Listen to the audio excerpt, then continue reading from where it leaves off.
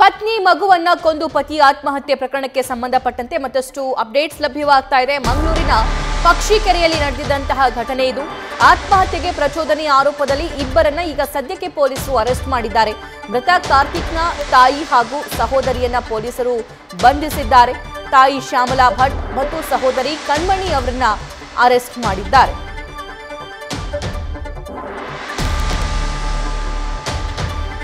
ಮತ್ತಷ್ಟು ಮಾಹಿತಿ ನಮ್ಮ ಮಂಗಳೂರು ಪ್ರತಿನಿಧಿ ಕಿರಣ್ ನೀಡ್ತಾ ಹೋಗ್ತಾರೆ. ಕಿರಣ್, ಈ ಪಕ್ಷಿಕೆರೆ ಸ್ಯೂಸೈಡ್ ಕೇಸ್ಗೆ ಸಂಬಂಧಪಟ್ಟಂತೆ ಈ ಕಾರ್ತಿಕ್ ಭಟ್ ಏನಿದ್ದಾನೆ ಆತನ ತಾಯಿ ಮತ್ತು ಸಹೋದರಿಯನ್ನ ಪೊಲೀಸರು ಸದ್ಯಕ್ಕೆ ಅರೆಸ್ಟ್ ಮಾಡಿದ್ದಾರಂತೆ. ಹಾಗಾದ್ರೆ ಯಾವ ಆರೋಪದ ಮೇಲೆ ಇವರು ಅರೆಸ್ಟ್ ಆಗಿರೋದು, ಏನೆಲ್ಲ ಆಗಿದೆ ಘಟನೆಗೆ ಸಂಬಂಧಪಟ್ಟಂತೆ?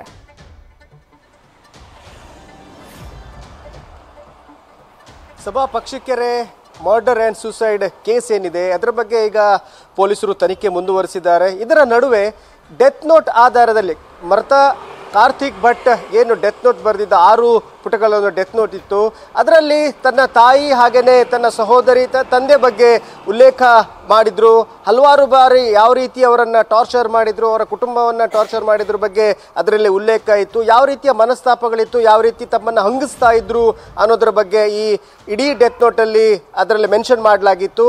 ಇದರ ಆಧಾರದಲ್ಲಿ ಪೊಲೀಸರು ಒಂದು ಪ್ರಕರಣ ಕೂಡ ದಾಖಲು ಮಾಡಿಕೊಂಡಿದ್ರು. ಹಾಗೆಯೇ ಮೃತ ಕಾರ್ತಿಕ್ ಭಟ್ ಅವರ ಪತ್ನಿ ಪ್ರಿಯಾಂಕಾ ಅವರ ಕುಟುಂಬಸ್ಥರು ಕೂಡ ಒಂದು ದೂರನ್ನು ದಾಖಲಿಸ್ತಾರೆ. ಇವರ ಬಗ್ಗೆ ಯಾವ ರೀತಿ ತನ್ನ ಮಗಳಿಗೆ ಟಾರ್ಚರ್ ಮಾಡಿದ್ರು ಅನ್ನೋದ್ರ ಬಗ್ಗೆ ಅವಳು ಬಂದು ಹೇಳಿದ್ಲು. ಈ ಹಿನ್ನೆಲೆಯಲ್ಲಿ ಅವರ ಬಗ್ಗೆ ದೂರನ್ನು ದಾಖಲು ಮಾಡಿದ ಹಿನ್ನೆಲೆಯಲ್ಲಿ ಈ ಎರಡೂ ದೂರಿನ ಆಧಾರದಲ್ಲಿ ಈಗ ಮೃತ ಕಾರ್ತಿಕ್ ಭಟ್ ಅವರ ತಾಯಿ ಶ್ಯಾಮಲಾ ಹಾಗೆಯೇ ಸಹೋದರಿ ಕಣ್ಮಣಿ ಅವರನ್ನು ಈಗ ಪೊಲೀಸರು ಬಂಧಿಸಿದ್ದಾರೆ.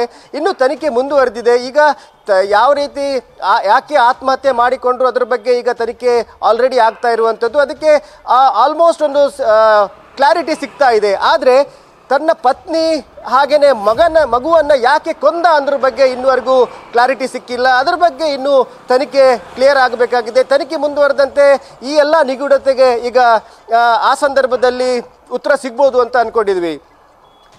Thank you Kiran. News first ನಿರ್ಭೀತಿಯಿಂದ ನಿಮ್ಮ ಪರವಾಗಿ.